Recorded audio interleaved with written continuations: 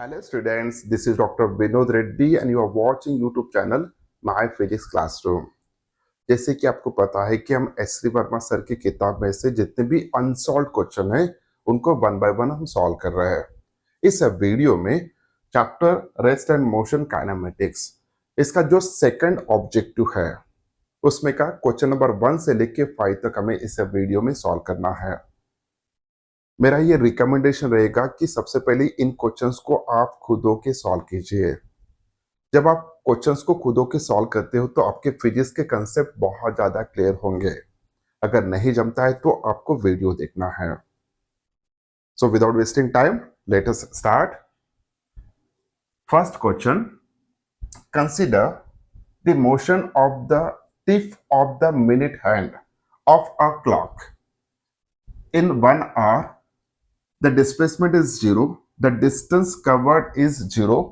Option C, the average speed is 0. Option D, the average velocity is 0. Sir हम objective second solve कर रहे हैं। इसमें से एक ऑप्शन भी करेक्ट हो सकता है, एक से ज्यादा भी ऑप्शंस करेक्ट हो सकते हैं। ओके, सो इनमें से कौन कौन सा ऑप्शन करेक्ट है वो हमें यहाँ पे डिस्कस करना है।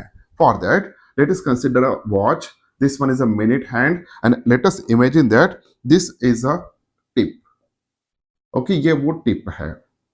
अब 1 आवर में मिनट हैंड एक रिवॉल्यूशन कंप्लीट करता है। ओके, सो ये जो भी टिप है, जब ये मिनट हैंड एक रिवॉल्यूशन कंप्लीट करेगा तो इस टिप का यहाँ पे एक सर्कुलर कंप्लीट मोशन होगा, एक सर्कुलर मोशन होगा, कंप्लीट सर्कुलर मोशन होगा। तो टिप जहां से निकला था आफ्टर 1 आवर वहीं पे वापस आ रहा है। तो इस केस में जो भी डिस्प्लेसमेंट है, डिस्प्लेसमेंट की वैल्यू कितना होना चाहिए सर? डिस्प्लेसमेंट की वैल्यू होना चाहिए 0। अगर डिस्प्लेसमेंट की वैल्यू 0 है तो डेफिनेटली वेलोसिटी की वैल्यू भी कितना होना चाहिए? 0 होना चाहिए। तो यहां से हमें दिख रहा है कि डिस्प्लेसमेंट 0 है, वेलोसिटी 0 है। What's about distance? Okay, so distance अब यहां से निकल चुका है, फिर एक रिवॉल्यूशन कंप्लीट करने के बाद वहीं पे आ गया है।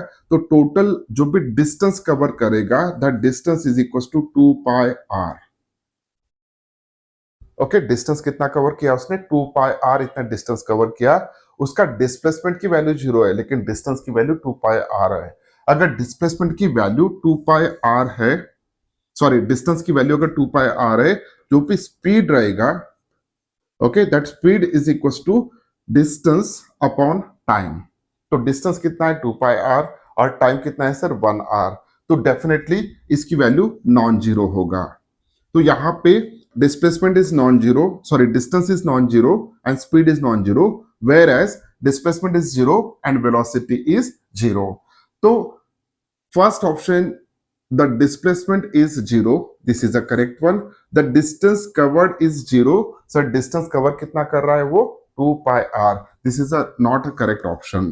The average speed is 0, यहाँ पे average speed 0 नहीं होगा, this option is also wrong one. The average velocity is 0, yes sir, average velocity 0 होगा। तो फर्स्ट क्वेश्चन में दो ऑप्शंस करेक्ट है, फर्स्ट एंड लास्ट, ए और डी। क्वेश्चन नंबर सेकंड देखते हैं। A particle moves along x axis. Okay, जो भी पार्टिकल है वो अलोंग एक्स एक्सिस जा रहा है। तो यहां पे एक रिलेशन दिया है, x is equal to u t minus 2 second plus a into t minus 2 second square, उस ब्रैकेट का स्क्वायर है। अब इस इक्वेशन में x is, we can say that displacement, u is a initial velocity, t is a time, a is a acceleration। और यहाँ पे जो s से रिप्रेजेंट किया है these are the second, 2 second वहां पे रिप्रेजेंट किए, वो इट्स ए यूनिट। ओके, अब यहाँ पे हमें क्या फाइंड आउट करना है? The initial velocity of the particle is u, क्या ये सही है क्या? The acceleration of the particle is a, the acceleration of the particle is twice a। At time t is equals to 2 second, particle is at the origin। Okay, तो equation जो दिया है उसके बेसिस पे हम यहाँ पे हम वेलोसिटी फाइंड आउट करते हैं और एक्सेलरेशन का इक्वेशन फाइंड आउट करते हैं। हमें पता है velocity is dx by dt, the rate of change of displacement. Okay x की वैल्यू दिया है सर ddt ऑफ x की वैल्यू कितना है यहाँ पे, so it's a u t minus 2 plus a t minus 2 का square bracket complete. Okay so this is equals to, इसका जस्ट डेरिवेटिव लेते हैं. फर्स्ट पार्ट का डेरिवेटिव कितना आना चाहिए सर, इट्स सिंपली u आएगा. Differentiation of this term with respect to t, it is equals to u plus second part का differentiation कितना आना चाहिए, 2 नीचे आएगा, twice a t minus 2. Okay so this is a velocity का equation. अब यहां पे वेलोसिटी का इक्वेशन तो हमें मिल चुका है, वेलोसिटी का इक्वेशन तो हमें मिल चुका है. अब इस इक्वेशन के बेसिस पे क्या उसकी इनिशियल वेलोसिटी अगर टाइम की वैल्यू, ओके अगर टाइम की वैल्यू हम यहां पे जीरो सब्स्टिट्यूट करते हैं, टाइम की वैल्यू अगर जीरो सब्स्टिट्यूट करते हैं, इनिशियल वेलोसिटी कब होता है सर, जब टाइम की वैल्यू जीरो लेंगे. ओके अगर टाइम की वैल्यू मैं जीरो सब्स्टिट्यूट करता हूं तो ये -2 रहेगा ब्रैकेट में, 0 माइनस टू इंटू 2 -4, सो u -4a आएगा. तो इसका मतलब है इनिशियल वेलोसिटी सिर्फ u ना होते हुए इनिशियल वेलोसिटी जो भी होगा, v इनिशियल जो भी होगा, it is equal to u -4a, ये आना चाहिए. Therefore, this option is wrong. क्योंकि initial velocity of the particle is u का है, लेकिन वो u नहीं आता, u -4a आना चाहिए. Okay second option, the acceleration of the particle is a. Okay so velocity पता है, हमें एक्सेलरेशन फाइंड आउट करना है, हम इजीली फाइंड आउट कर सकते हैं. Acceleration is equals to the rate of change of velocity. अब v की वैल्यू पता है. ओके सो ddt ऑफ यहाँ पे u plus twice a t minus 2, u plus twice a t minus 2. Okay अब इसका डिफरेंशिएशन कितना आना चाहिए, देखिए जब हम ये टर्म लेते हैं, differentiation of first term zero आना चाहिए, differentiation of second term twice a आएगा, twice a. Okay so therefore acceleration का जो भी वैल्यू है, it is equals to twice a. Acceleration का जो भी वैल्यू है, it is equals to twice a. So यहां पे acceleration of the particle is twice a. This one is a correct option. Option third is correct one. Option second जो भी था B option, क्योंकि उन्होंने सिर्फ a दिया था, which is a wrong one.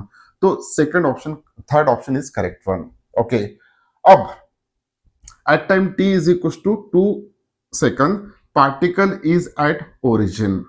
Okay ये कैसे फाइंड आउट करेंगे हम सर, अब t की वैल्यू 2 सेकंड हमें सब्स्टिट्यूट करना है. यहाँ पे अगर t की वैल्यू 2 सेकंड सब्स्टिट्यूट करेंगे तो इसकी वैल्यू कितना आ जाएगा, 0, और इसकी भी वैल्यू कितना आएगा, 0, क्योंकि 2 minus 2 become a 0, whole term 0, this term is also 0, therefore x is equals to 0.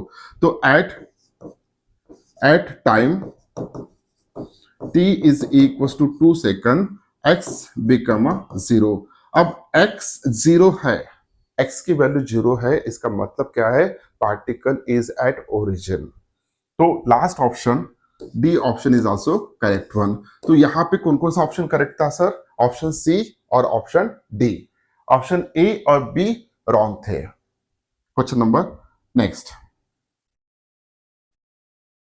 Pick the correct statements.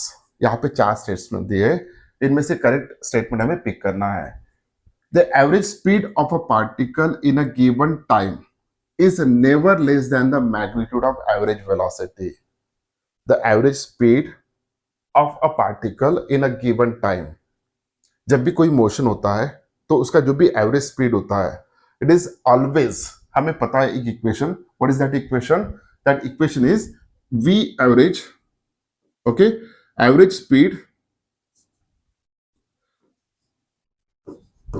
Speed इसको हम v से को स्पीड से रिप्रेजेंट करेंगे और v वेक्टर को हम वेलोसिटी रिप्रेजेंट करेंगे. जो भी एवरेज स्पीड होता है, it is always greater than और equal to average velocity. Average speed is always greater than और equal to average velocity. Average speed जो भी होता है वो एक तो ज्यादा भी हो सकता है या इक्वल हो सकता है वेलोसिटी के, ओके, मैग्नीट्यूड ऑफ वेलोसिटी के। So therefore option A is correct one. ये हमने थ्योरी में देखा था। Second option, it is possible to have a situation in which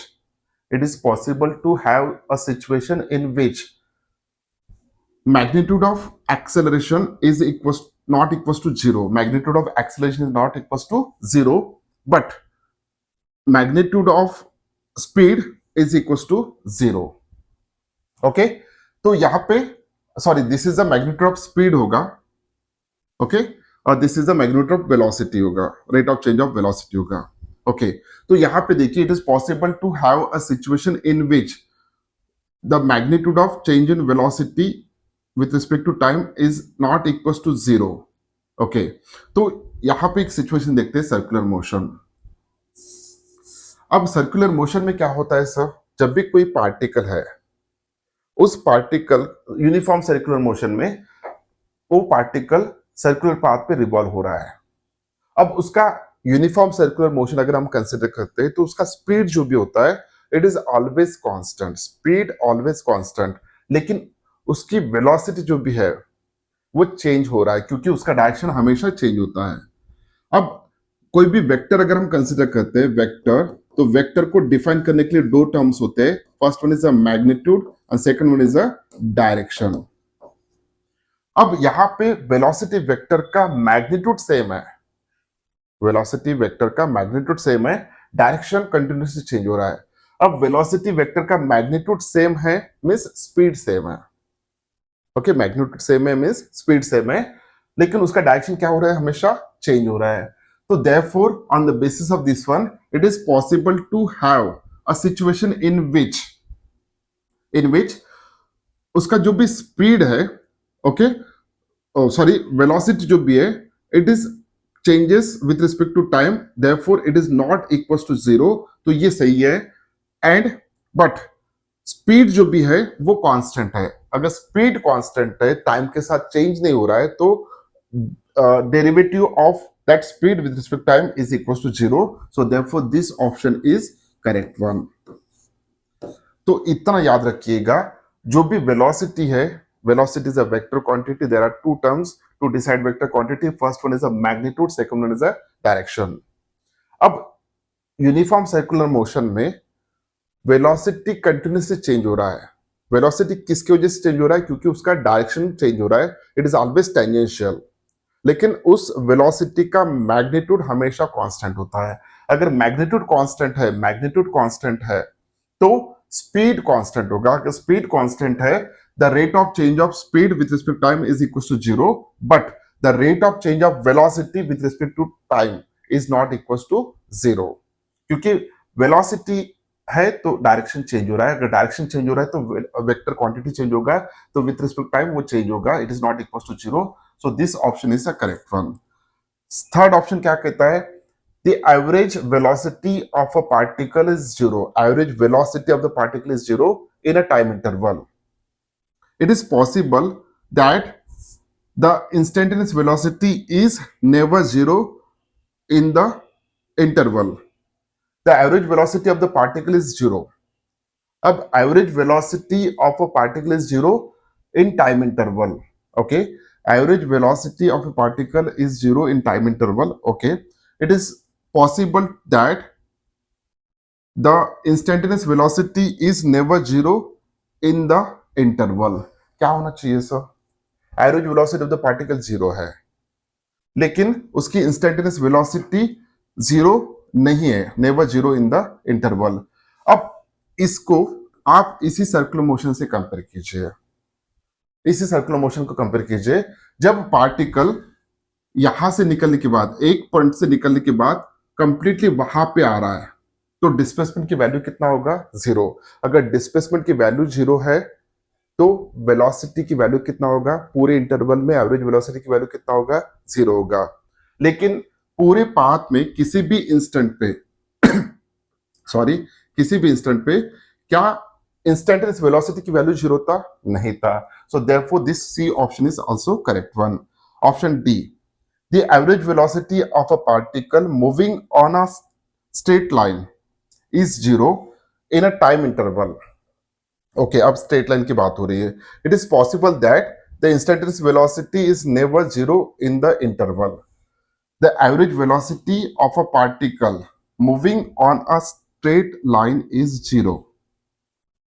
Okay, average velocity of a particle moving on a straight line is zero in a time interval. Okay, it is possible that the instantaneous velocity is never zero in the interval. क्या ये option सही है? आपको क्या लगता है, क्या ये ऑप्शन सही है? ऑप्शन ए सही था, ऑप्शन बी सही था, ऑप्शन सी सही है, क्या ऑप्शन डी भी सही है? It's a wrong one. क्यों रॉन्ग है सर? थोड़ा सोचिए. एक पार्टिकल है जिसकी average velocity, the average velocity of the particle moving on a straight line is zero. तो यहां से मोशन स्टार्ट हुआ, यहां तक गया. ओके, यहां से मोशन स्टार्ट हुआ, यहां तक गया. या एक एग्जांपल देखिए, अगर मैं किसी ऑब्जेक्ट को ऊपर थ्रो करता हूं, तो इस ऑब्जेक्ट का जो भी पाथ बनेगा, that path is like this one. ऊपर गया, ओके, फिर वापस नीचे आया उसी पॉइंट पे. जहां से मोशन स्टार्ट हुआ था वहां पे वापस आ गया. जहां से मोशन स्टार्ट हुआ था वापस आ गया. क्या ये स्ट्रेट लाइन मोशन है? Yes sir, straight line motion है. ओके, अब अंडर ग्रेविटी इसका मोशन हो रहा है, तो जैसे जैसे पार्टिकल ऊपर जा रहा है उसकी वेलोसिटी की वैल्यू कम कम होती जाएगी, और हाईएस्ट पॉइंट पे उसकी वेलोसिटी की वैल्यू कितना आना चाहिए? जीरो आना चाहिए. ओके, एवरेज वेलोसिटी, उसका हाईएस्ट पॉइंट पे वेलोसिटी कितना आएगा सर? जीरो आएगा. अब वापस वो उसी जगह पे आ गया. सो एवरेज वेलोसिटी जो भी है, वी एवरेज जो भी है, it is equal to zero. V average is equal to zero, क्योंकि जहां से मोशन स्टार्ट हुआ था वहां पे वापस आ गया. लेकिन हर पॉइंट पे उसकी इंस्टेंटेनियस वेलोसिटी कुछ ना कुछ था, except this highest point. Highest point पे वेलोसिटी की वैल्यू कितना था? जीरो. अब इनका यही कहना है, the average velocity of a particle moving on a straight line is zero, जो कि है in a time interval. It is possible that the instantaneous velocity is never zero. Sir यहां पे तो जीरो हो रहा है, इसलिए ये ऑप्शन रॉन्ग है. Next question. An object may have varying speed without varying velocity. Speed vary हो रहा है, वेलोसिटी वैरी नहीं हो रहा है. ये कुछ जम नहीं रहा है, क्योंकि सर वेलोसिटी जो भी होता है, जैसे कि हमने इसके पहले डिस्कस किया था, it is made up of two things. First one is magnitude, second one is direction. ध्यान से सुनिएगा. अब वेलोसिटी क्या हो रहा है? वैरी हो रहा है. अब वेलोसिटी अगर वैरी हो रहा है, एक तो मैग्नीट्यूड वैरी होगा और डायरेक्शन वैरी होगा. ओके, वैरिंग स्पीड, स्पीड अगर वैरी होता है मींस वेलोसिटी का मैग्नीट्यूड वैरी होगा. स्पीड अगर वैरी होता है तो वेलोसिटी का मैग्नीट्यूड वैरी होगा. अगर स्पीड वैरी होता है तो वेलोसिटी वैरी होना ही चाहिए. तो यहां पे कहना है कि वैरिंग स्पीड, स्पीड तो वैरी हो रहा है without having varying velocity. Velocity vary नहीं हो रहा है, ये हो ही नहीं सकता. तो this is a wrong option. Varying velocity without varying speed सही है. वैरी वेलोसिटी वैरी हो सकता है विदाउट वैरिंग स्पीड. अब स्पीड नहीं वैरी हो रहा है तो मैग्नीट्यूड वैरी नहीं होगा, लेकिन डायरेक्शन क्या होगा सर? वैरी होगा. अगर डायरेक्शन वैरी होगा, डायरेक्शन चेंज होगा, जैसे कि सर्कुलर मोशन में डायरेक्शन चेंज हो रहा था तो वेलोसिटी चेंज होगा. अगर वेलोसिटी चेंज हो रहा है, okay, so varying velocity without varying speed, ये करेक्ट स्टेटमेंट है. So this one is a correct one. Non zero acceleration without varying velocity. Sir velocity vary नहीं हो रहा है तो एक्सेलरेशन होगा क्या? नहीं होगा. सो this is a wrong one. Non zero acceleration without varying speed, क्या ये पॉसिबल है? यस सर, पॉसिबल है. किस केस में पॉसिबल है? सर्कुलर मोशन में पॉसिबल है. क्योंकि सर्कुलर मोशन में, यूनिफॉर्म सर्कुलर मोशन में, जब भी पार्टिकल का मोशन हो रहा है, सर्कुलर मोशन हो रहा है, तो उसकी स्पीड कांस्टेंट है. It is not very, but it has a acceleration. और वो एक्सेलरेशन कितना होता है सर?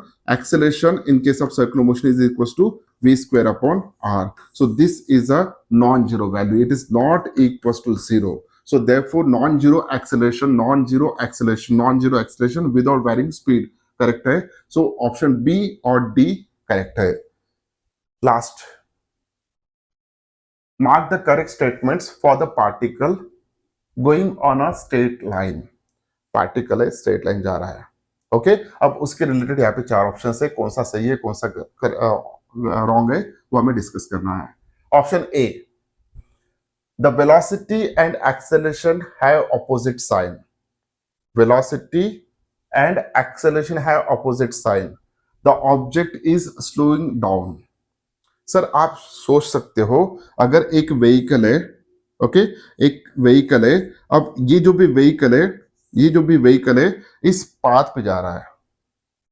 अब मान के चलिए कि वो इस डायरेक्शन में जा रहा है तो उसकी वेलोसिटी का डायरेक्शन ये होगा. अब विथ रिस्पेक्ट टू टाइम उसकी वेलोसिटी कम कम होती है तो डेफिनेटली उसका जो भी डी एक्सेलरेशन होगा वो हम एक्सेलरेशन को इस डायरेक्शन में रिप्रेजेंट करते हैं. This is direction of acceleration, this is direction of velocity. दोनों का डायरेक्शन कैसा है? अपोजिट है.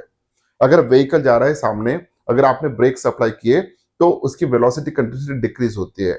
अगर वेलोसिटी डिक्रीज होती है तो ऑब्जेक्ट जो भी है वो स्लो डाउन होगा. तो उस केस में एक्सेलरेशन और वेलोसिटी दोनों के डायरेक्शन अपोजिट होते हैं. If the velocity and acceleration have opposite sign, the object is slowing down. This is a correct answer. अब सोचिए कि दोनों के डायरेक्शन अगर सेम होते हैं, ओके तो अगर इसी डायरेक्शन में एक्सेलरेशन होता, इसी डायरेक्शन में अगर एक्सेलरेशन होता तो उसकी वेलोसिटी बढ़ना चाहिए था. Okay if the position and velocity, if the position and velocity have opposite sign, the particle is moving towards the origin. Yes sir, this is also the correct one. अब थोड़ा सोचिए कि एक ऑब्जेक्ट है, okay if the position on velocity have opposite sign. मान के चलिए कि this is a 1 2 3 4 5, okay 5 4 3 2 1 0. This is the origin. एक पार्टिकल यहां पे इमेजिन कीजिए. अब इस पार्टिकल का मोशन इस डायरेक्शन में हो रहा है, वेलोसिटी इस डायरेक्शन में, ओके अब पोजीशन, फिलहाल पोजीशन कौन सा है? पॉजिटिव साइड में है. पोजीशन कौन सा है? पॉजिटिव साइड में. इस साइड पोजीशन अगर लेंगे तो ये नेगेटिव होगा. अब पोजीशन को हम पॉजिटिव लेंगे और वेलोसिटी को इस डायरेक्शन में है तो हम नेगेटिव लेंगे. दोनों की पोलैरिटी, दोनों की साइन कैसा है? अपोजिट है. तो इसका मतलब है कि पार्टिकल कहां पे आ रहा है? ओरिजिन की तरफ आ रहा है. पार्टिकल कहां पे आ रहा है? ओरिजिन की तरफ आ रहा है. अगर दोनों के साइन पॉजिटिव होते तो पार्टिकल ओरिजिन से दूर जाता, क्योंकि वेलोसिटी इस डायरेक्शन में होता, पार्टिकल इस डायरेक्शन में हो रहा था, उसकी पोजीशन कंटिन्यूसली बढ़ेंगे. ओके सो दोनों के पोलैरिटी अपोजिट है. If the position and velocity have opposite sign, the particle is moving towards the origin. सही है. आप इस साइड भी ले सकते हो. अगर पार्टिकल का पोजीशन यहाँ पे 4 है, ओके तो पोजीशन कौन सा है सर? नेगेटिव है, उसका साइन नेगेटिव है. अगर पार्टिकल इस डायरेक्शन में मूव रहा है तो वेलोसिटी कौन सा होगा? पॉजिटिव होगा. तो इस केस में ऑप्शन बी करेक्ट है. Option C, if the velocity is zero at an instant. अगर वेलोसिटी जीरो है at an instant, the acceleration should also be zero at that instant. क्या ये सही है? नहीं है सर, ये सही नहीं है. क्योंकि अब देखिए एक ऑब्जेक्ट है, ओके इसको मैं ऊपर थ्रो कर रहा हूं अंडर ग्रेविटी. ये ऑब्जेक्ट ऊपर जाएगा, ये मैक्सिमम हाइट रीच करेगा. ओके जैसे जैसे वो ऊपर आ रहा है तो एक पॉइंट ऐसा आएगा हाईएस्ट पॉइंट पे जिसकी वेलोसिटी की वैल्यू जीरो होगा. वेलोसिटी की वैल्यू कितना होगा? जीरो होगा. मैंने पहले ही कहा था कि इस ऑब्जेक्ट का मोशन अंडर ग्रेविटी हो रहा है तो हर इंस्टेंट पे ग्रेविटेशनल फोर्स एक्ट होगा और उसका जो भी एक्सेलरेशन होगा उस ऑब्जेक्ट का, it is in downward action. वो यहाँ पे भी उतना ही होगा, यहाँ पे भी उतना होगा, हर पॉइंट पे, इवन तो यहाँ पे भी उतना ही होगा. तो हाईएस्ट पॉइंट पे वेलोसिटी जीरो है लेकिन एक्सेलरेशन की वैल्यू कितना है सर? जी है. So therefore this option, if the velocity is zero at an instant, इस इंस्टेंट पे वेलोसिटी जीरो है, the acceleration should also be zero at that instant. ये सही नहीं है. सेम केस स्प्रिंग में भी होता है. Okay next option, last option, if the velocity is zero for a time interval, अगर वेलोसिटी जीरो है टाइम इंटरवल में, the acceleration is zero at any instant with in the time interval. अब sir object अगर एक ही जगह पे है कुछ एक घंटे के लिए, टाइम इंटरवल हम लेते हैं 1 आवर। अगर ऑब्जेक्ट एक ही जगह पे है, if the velocity is zero for a time interval, average velocity की बात नहीं हो रही, वहां पे वेलोसिटी की बात हो रही है सिर्फ। तो उस टाइम इंटरवल में अगर वेलोसिटी जीरो है, the acceleration is zero at any instant within a time interval, obviously है। So this is a correct option. So option A, B and D are the correct one for this question number 5। So इस video में हमने सिर्फ 5 question solve किए हैं। जब हम questions को डिस्कस करते हैं तो बहुत सारे कंसेप्ट हमारे क्लियर होता है, और कंसेप्ट क्लियर होना ही इंपॉर्टेंट है। अगर फिजिक्स में आप ज्यादा से ज्यादा इमेजिन करते हो तो ही आपके कंसेप्ट और ज्यादा क्लियर होंगे, और फिजिक्स जो भी होगा बहुत ही इंटरेस्टिंग होगा। ओके, सो उम्मीद करता हूँ कि वीडियो आपको अच्छा लगा। अगर वीडियो अच्छा लगा तो इस यूट्यूब चैनल को सब्सक्राइब कीजिए। चैनल को सब्सक्राइब करने के बाद अगर वीडियो अच्छा लगा तो इस वीडियो को भी लाइक कीजिए, और इस चैनल को अपने दोस्तों के साथ शेयर कीजिए। जितने भी एमसीक्यूज है, जितने भी अनसॉल्व क्वेश्चन है एस ए वर्मा सर की किताब में से, हम आने वाले दिनों में सभी के सभी सॉल्व करने वाले हैं। मिलते हैं नेक्स्ट वीडियो में, तब तक के लिए thank you very much, bye bye.